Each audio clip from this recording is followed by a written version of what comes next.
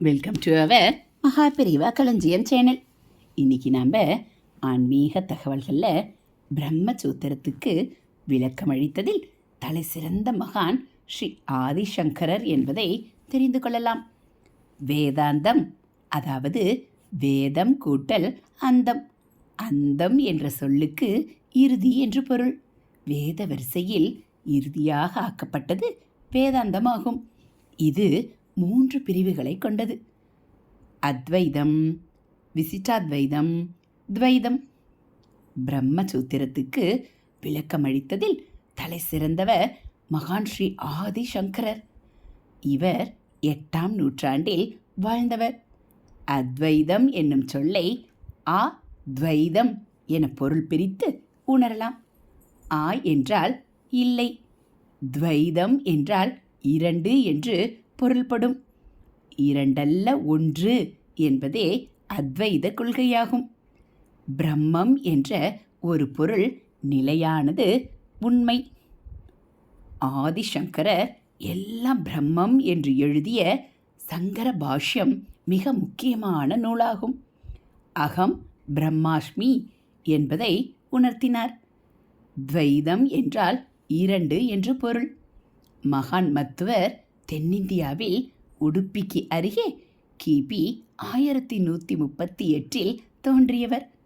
இவர் 37 நூல்களை எழுதியுள்ளார். அந்த நூல்களின் மணிமகுடமாக கருதப்படுவது பாஷ்யம் என்ற நூலாகும்.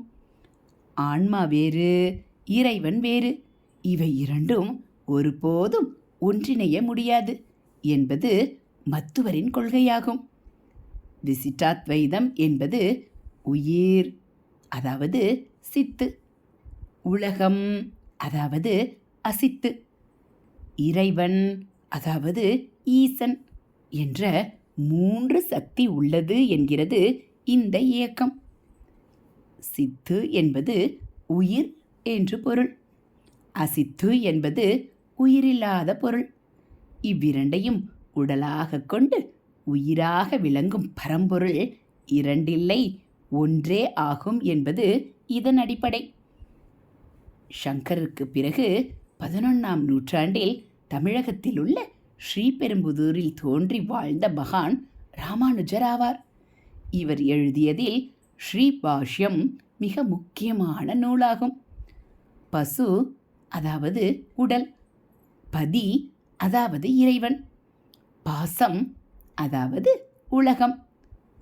மரம் ஒன்றுதான் என்றாலும் வேர், தண்டு, இலை என்று இருப்பதைப் போல இறைவன் ஒன்றுதான் என்றாலும் 3ஆக உள்ளது என்கிறது விசிட்டாத்வைதம். ஹரஹர சங்கர, ஜெய ஜெய சங்கர, ஹரஹர சங்கர, ஜெய ஜெய சங்கர. இதுபோல் ஆன்மீக தகவல்களை நீங்கள் தினந்தோறும் தெரிஞ்சுக்கணும் அப்படின்னா மறக்காமல் நம்ம சேனலை சப்ஸ்கிரைப் பண்ணுங்கள். கூடவே பெல்லைக்கானை கிளிக் பண்ணி ஆளுங்கிற பட்டனையும் அழுத்திடுங்க. நம்ம சேனலில் வரக்கூடிய ஆன்மீக தகவல்கள் எல்லாம் உங்களுக்கு பிடிச்சிருந்தா ஒரு லைக்கும் கமெண்ட்டும் கொடுத்து உங்களுக்கு தெரிஞ்சவங்களுக்கும் ஷேர் பண்ணுங்கள். தேங்க்யூ.